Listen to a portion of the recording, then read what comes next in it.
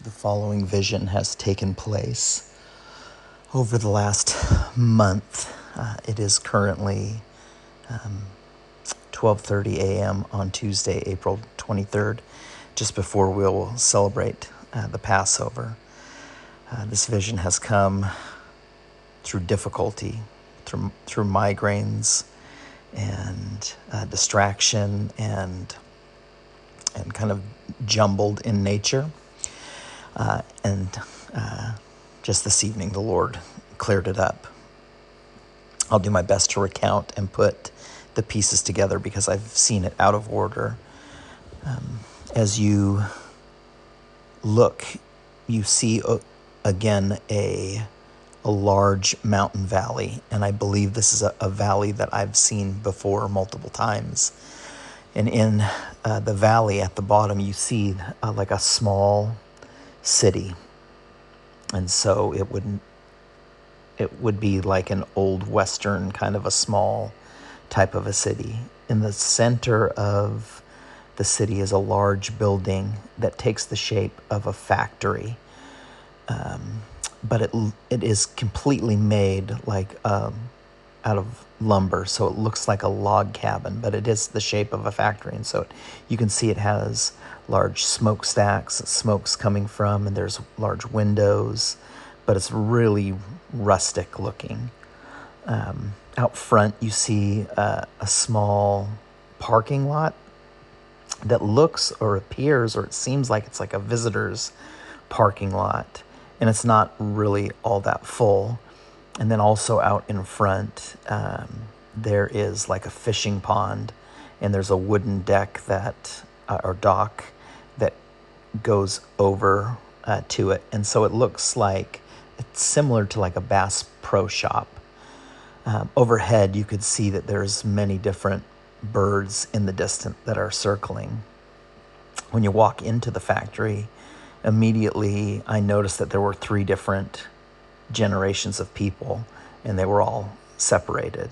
The closest to my perception was the oldest generation, which would be like the parents of my generation. So some of our parents were intermixed there. And then in the middle was my generation. So all of the current parents in our community, the adults of our community currently. And then furthest away from us is all of the kids, so this coming generation. And that would include a lane on down to Camden that were further away. And each family was represented and working about. All of us were present. At this point, I realized that the closest generation, the older generation, is separated by these large panes of glass, almost as if in a completely separate room. And they're located in the part of the building that you can see like a placard that says it's a museum. And so there is really kind of attention to the ability to see in, but I'm not sure those who are gathered in this room can really see out into the other rooms. They're all sitting at a large table, and there is like a conveyor belt that works a lot like an assembly line. And it was here I discerned really clearly that each one of these people, each person in this generation, were sitting in a spot that they had been assigned to, and they could only perform a very specific task that they were assigned. And as the conveyor belt went, what I noticed that they were building towards the end were like the 60s versions of these like small little boxy looking robots. And so there were some people that would assemble legs, and some who would assemble the torso, some who would put the arms on, or the head on, or the antenna on. And they're not paying any attention to any of the other generations. They're completely fixed in the work that they are on task doing. At this point, now I see that generation kind of slides out of my eyesight, and I see my generation, so the middle generation. And I see myself as well mixing about with others each family, and I can see the women, the men in our group, and we are also working together, and it looks similar, but it doesn't have an assembly line. There's not a conveyor belt, but we're all working on crafting different items, and you can see really quickly that each item is made out of leather. And so there are some who are fashioning like hats, and some that are like coats, and some that are like messenger bags or book covers, or I even saw like whips, gloves, and then leather straps that would be used to carry various things. I was reminded at this time, again, multiple visions that I've had, particularly for Tim, who was dressed like Indiana Jones, and so had that kind of leather work. So the impression that I had there is that it is kind of this trailblazing kind of the archaeological, so like digging up like old ways kind of appearance to it. Again, each individual person in our group had a very particular skill or a task that they did really, really well. Like it was a gifting that they had, but each one of us was able to fashion other items. So we weren't merely limited to the specific task. There was an ability to do other things as well. It's at this point I see, and as we are working, there's a lot of communication going on amongst one another, a lot of talking, and there's engagement you can see already with the generation that is coming forward. But then you see off to the right, there's a door that goes outside. And on a sign again that I see, it indicates that outside is the tabernacle. And so there are people going in and out of the tabernacle and bringing in different leather works to be worked on. And you can smell what I assume to be a burnt offering of some sort. And there are some pleasant aromas as well, but you can smell like the burning of flesh, but also some pleasing smells as well. At this point now, the viewpoint fixes clearly on the generation that is to come. So all of the children in our group, and you can hear there's laughter and there's singing and there's storytelling, and almost immediately when I see the coming generation, I see my generation intermingling, and so we're telling stories and hugging and laughing, and you can tell, though, that it's still a serious event. It's not merely just recreational or fun. There's a work that's being done because we're handing out some of the leather works that we'd fashioned for them. In the center of where they're standing now, there's some of them that are gathered around. Brother Emmanuel is here, and Brother John is here in particular, gathered around a large desk that has a map unfurled on it. And there's like John taking even like notes of a pencil, like writing on this map and circling things. And then I noticed around each of the younger ones' necks, some of the leather straps that we had made, they are now connecting to binoculars.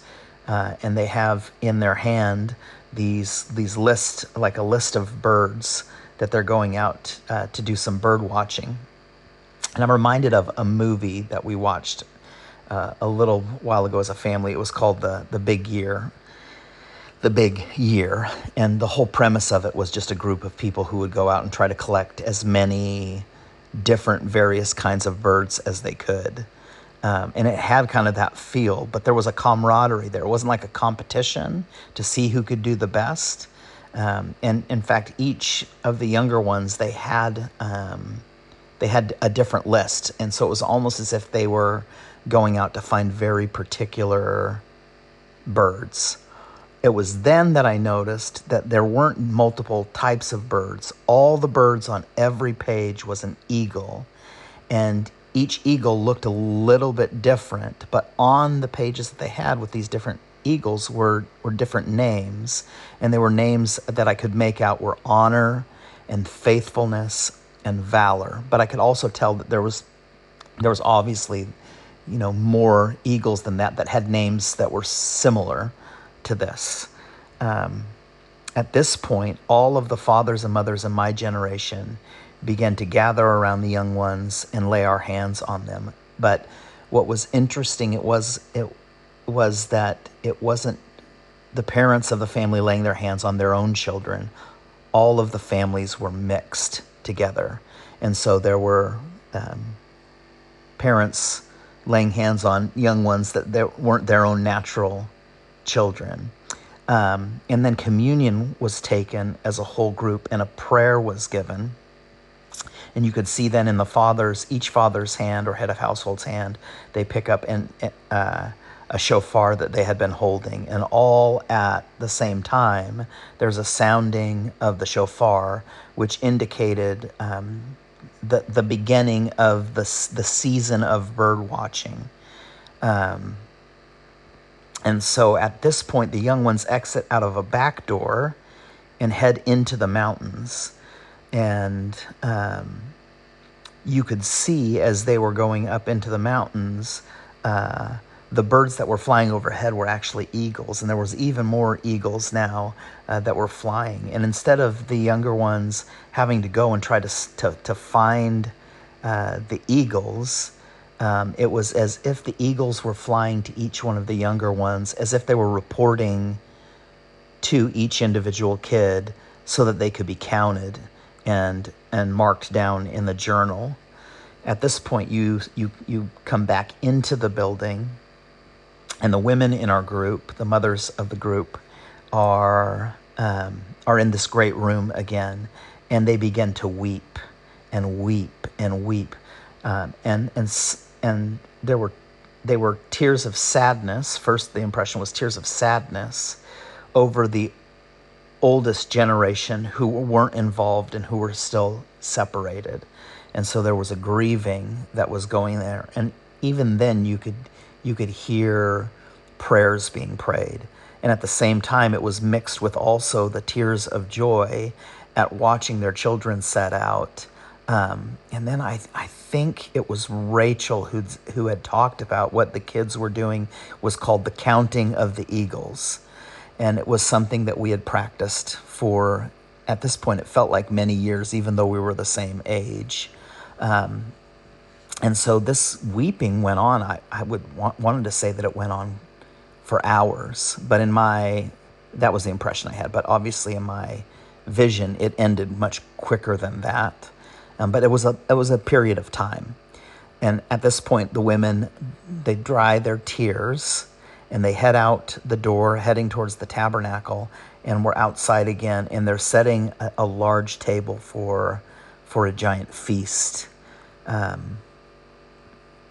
vision ends. The last pictures are now all of my generation and the generation that is to come out together, gathered around the table, and some of the younger ones in particular, looking at Noah, who is helping lead some of the younger ones in learning to fashion and make leather hats and basically learn the skills. There's kind of a passing down of the skills. And there's some also that are learning to prepare specific foods or meals. And so there is kind of like a learning that is going on. And that it's at this point that Tim walks forward from the back and he opens a large book that you could see has some of the papers that were from the counting of the eagles. And this book, it looks like you would see like a giant Bible that was in the old movies, like it was really thick, like the size of Tim's upper body completely. And the outside was bound in leather, but it was leather that looked like a patchwork quilt. And each piece of the patchwork quilt had a piece of leather that was fashioned and formed by each family. And so it was all woven and pieced together. And then inside of the book, Tim begins to read. It is a telling or a recounting of all of the good deeds the Father has done in our midst. And so it talks about various moves of God and various visions that have come forward. And again, this, even though it takes place in a very short time in the vision, it feels as if this takes hours, this retelling or recounting. Again, the fathers all bring up the shofars.